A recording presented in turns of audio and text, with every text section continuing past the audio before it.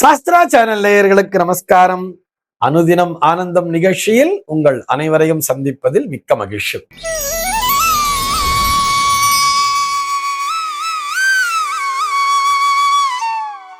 இன்று 23/10/2025 இந்த நாள் குறித்து பஞ்சாங்கம் என்ன சொல்றதுன்னு பார்க்கலாம் வாங்கோ. இன்றைய தினம் விஸ்வாவசு வருடம் ஐப்பசி மாதம் 6ஆம் தேதி வியாழக்கிழமை. திதி பார்த்தோம்னா வளர்பிறை த்விதியை திதி இரவு 10:47 வரைக்கும் இருக்கு. அதனைத் தொடர்ந்து வளர்பிறை திருத்தியை திதியானது வந்து விடுகிறது. இன்னைக்கு நட்சத்திரம் பார்த்தோம்னா விசாகம் நட்சத்திரம். நாளைய தினம் அதிகாலை 4:48 வரைக்கும் இருக்கு. அதனைத் தொடர்ந்து அனுஷம் நட்சத்திரம் என்பதும் வந்து விடுகிறது. இந்த நாள் முழுவதுமே ஒரு சித்தயோகம் கூடிய நாளாக அமைந்திருக்கிறது. இது போக பஞ்சாங்கத்திலே வரக்கூடிய யோகம் அப்படின்னு சொல்லி பார்த்தோம்னா இன்னைக்கு ஆயுஷ்மான் அப்படிங்கிற ஒரு யோகத்தை கொடுத்திருக்கா. கரணம் பார்த்தோம்னா பாலவம் அப்படிங்கிற ஒரு கரணம் காலையில 9:31 வரைக்கும் இருக்கு. அதனை தொடர்ந்து கௌளவம் அப்படிங்கிற ஒரு கரணமானது வந்து விடுகிறது. இந்த நாளானது ஒரு கீழ்நோக்கு நாளாக அமைந்திருக்கிறது. இன்னைக்கு என்ன ஸ்பெஷல் அப்படின்னு சொல்லி பார்த்தோம்னா இன்றைய தினம் பஞ்சாங்கத்திலே யம த்விதியை அப்படிங்கிறத கொடுத்திருப்பா. இது போக இன்றைய தினம் கரிநாள் அப்படிங்கிறதையும் கொடுத்திருக்கா. சூரியனுடைய தீட்சிண்யம் அதிகமாக இருக்கக்கூடிய நாள் என்பதுதான் கரிநாள் என்பதற்கான பொருள். இந்த நாளிலே சுப நிகழ்ச்சிகள் செய்வது என்பது நம்முடைய தமிழகத்தில் இல்லை. இது போக இன்றைய தினம் பஞ்சாங்கத்திலே சந்திர தரிசனம் அப்படிங்கிறத கொடுத்திருப்பா. சந்திர தரிசனம் டைம் பார்த்தோம்னா இன்றைக்கு மாலை 5:42 முதல் இரவு 7:03 வரையில் அந்த சந்திர தரிசனத்திற்கான கால அளவாக இருக்கிறது. ஆக அந்த நேரத்திலே எல்லோரும் அவசியம் சந்திர தரிசனத்தை செய்ய வேண்டியது. சென்னையை பொறுத்தவரை இன்றைய தினத்தினுடைய சூரிய உதயம் என்பது காலை 6:04 சூரிய அஸ்தமனம் என்பது மாலை 5:42 சந்திர உதயம் என்பது காலை 7:15 சந்திர அஸ்தமனம் என்பது இரவு 7:03 சம்பவிக்கிறது. பிரம்ம முகூர்த்தம் பார்த்தோம்னா நாளைய தினம் அதிகாலை 4:25 முதல் காலை 6:04 வரையில் நீடித்திருக்கிறது. சென்னையை பொறுத்தவரை இன்றைய தினத்தினுடைய ராகு காலம் என்பது மதியம் 1:20 முதல் 2:47 வரையிலும், யமகண்டம் என்பது காலை 6:04 முதல் 7:31 வரையிலும், குளிகை காலம் என்பது காலை 8:58 முதல் பகல் 10:25 வரையிலும் சம்பவிக்கிறது. தினாந்தம் பார்த்தோம்னா இன்றைய தினம் இரவு 1:26 கொடுத்திருக்கா. சூலம் பார்த்தோம்னா இன்றைக்கு தெற்கே சூலம் மதியம் 1:49 வரையில் அந்த சூல தோஷம் என்பது உண்டு. அதற்குரிய பரிகாரமாக நல்லெண்ணெய் தானம் விடுத்து விட்டு தெற்கு திசையை நோக்கி பயணிக்கலாம் அப்படிங்கிறதையும் சொல்லி இருக்கா. இன்றைய தினத்தினுடைய ஆன்மீக தகவலாக நம்ம என்ன பார்க்க போறோம் சொல்லி பார்த்தா, துபாயிலிருந்து சாய் குமார் அப்படிங்கிற ஒரு நேயர் கேள்வி கேட்டிருக்கார். அவருடைய கேள்வி என்னன்னு சொல்லி பார்த்தோம்னா, கிஃப்ட் கொடுக்குறாங்க இல்லையா, இந்த கிஃப்ட் கொடுப்பதும் வாங்குவதும் கூடாதா, அது தவறா அப்படிங்கிறது தான் அவருடைய கேள்வியாக அமைந்திருக்கிறது. அதாவது கிஃப்ட் கொடுக்கறது வாங்குறதுங்கிறது இந்த காலத்துல ரொம்ப சர்வ சாதாரணமான ஒரு விஷயமா போயிடுச்சு. ஆனா எங்க வீட்டுல எங்க பெரியவங்க இந்த மாதிரி அனாவசியமா கிஃப்ட் கொடுக்கறது கூடாது, கிஃப்ட் வாங்குறதுங்கிறது கூடாது, யாராவது வாங்கிட்டு வந்து கொடுத்தா கூட அதை நீ வாங்கிக்க கூடாதுங்கிற மாதிரி சொல்றாளே, இதுல என்ன சார் தாத்பரியம் அப்படிங்கிற மாதிரி அவர் கேள்வி கேட்டிருக்கார். சர்வ நிச்சயமாக உங்களுடைய இல்லத்திலே சொன்ன பெரியவர்கள் சொன்னது முற்றிலும் உண்மை. அனாவசியமா கொண்டு வந்து கிஃப்ட் கொடுக்கறது, அதே மாதிரி கிஃப்ட் வாங்குறது அப்படிங்கிறது நிச்சயமாக கூடாது. அதுவும் இன்னைக்கெல்லாம் பார்த்தோம்னா ஒரு பர்த்டே அப்படிங்கிறது வந்துடவே கூடாதுங்கிறா. ஒரு பர்த்டே வந்துட்டா ஏகப்பட்ட பேர் ஸ்டேட்டஸ் வைக்கிறா. இந்த ஸ்டேட்டஸை பார்த்துட்டு உடனே என்ன பண்றான்னு பார்த்தா, ஃப்ரெண்ட்ஸ் அப்படிங்கிற பேர்ல, நட்பு வட்டம்ங்கிற பேர்ல எல்லாருமே ஏதோ ஒரு கிஃப்டை வாங்கிட்டு வந்து கொடுத்துடுறா. ஒரு பரிசு பொருள்ங்கிறத கொடுத்து ஆகணும். அது பர்த்டேவா இருந்தாலும் சரி, இல்லது வெட்டிங் டேவா இருந்தாலும் சரி. இன்னும் சொல்ல போனா நிறைய பேர் பார்த்தோம்னா கிராஜுவேஷன் டேங்கிறா, இல்ல நான் இன்னைக்கு தான் முதல்ல பட்டம் வாங்கினேங்கிறா, இல்ல நான் இன்னைக்கு தான் முதல்ல ஒரு வேலையில போய் சேர போறேங்கிறா, உடனே ஒரு கிஃப்ட் வேணுங்கிறா. இந்த கிஃப்ட் கொடுத்துட்டு ட்ரீட் எங்க அப்படிங்கிற மாதிரி கேட்கிறா. உடனே ஒரு பதிலுக்கு அவர்களுக்கு ட்ரீட் பண்ணணும் அப்படிங்கிற மாதிரி எல்லாம் சொல்றா இல்லையா. இதெல்லாம் நிச்சயமாக தவிர்க்கப்பட வேண்டிய விஷயங்கள் தான்.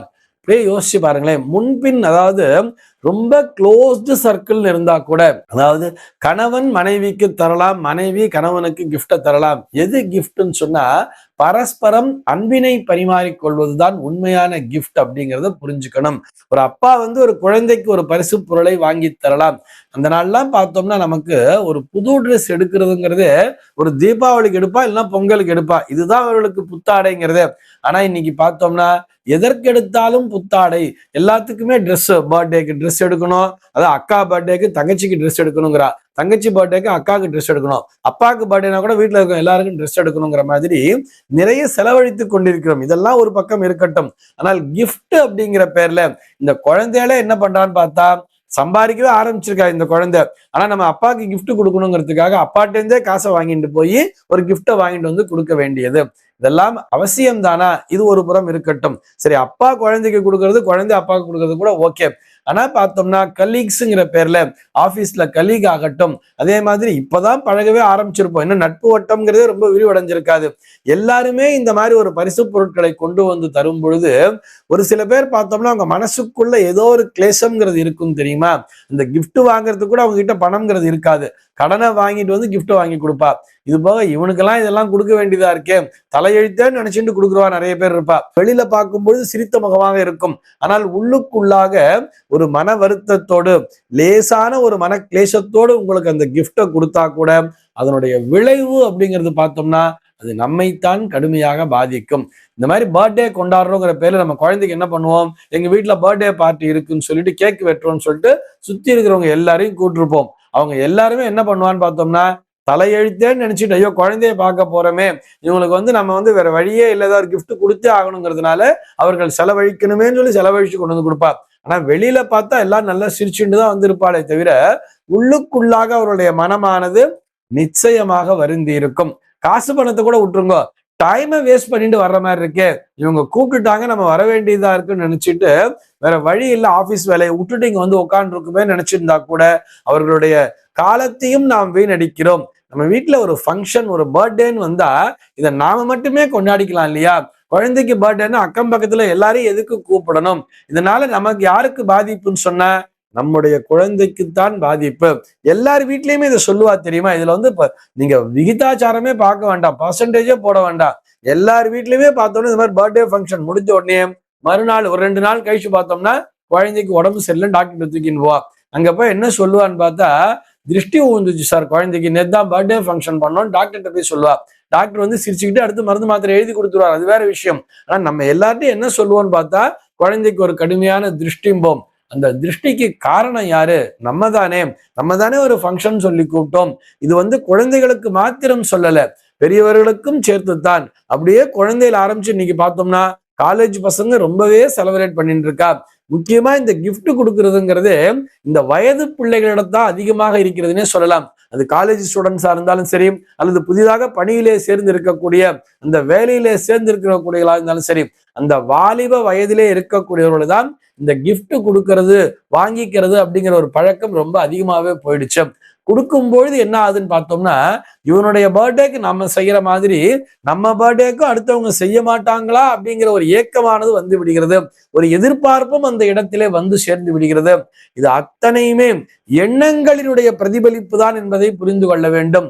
அந்த எண்ணங்களினுடைய பிரதிபலிப்பாக நாம் சந்திக்கின்ற அந்த எதிர்மறையான நிகழ்வுகளைத்தான் நம்ம திருஷ்டிங்கிற பேர்ல வேற சொல்லிட்டு இருக்கோம்.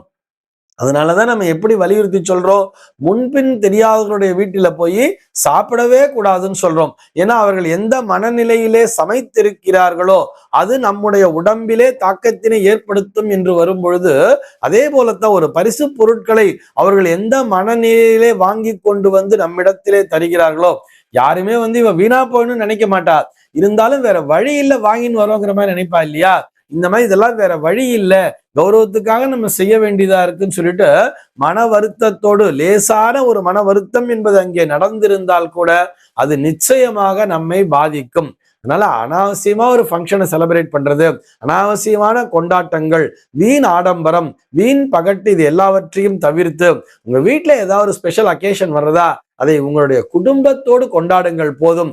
1000 பேருக்கு சொல்லி கல்யாணம் தான் பண்ண சொன்னாலே தவிர சின்ன சின்ன பர்த்டே ஃபங்க்ஷன் எல்லாத்துக்கும் எல்லாரையும் கூப்பிடணுங்கிற அவசியம் இல்லை.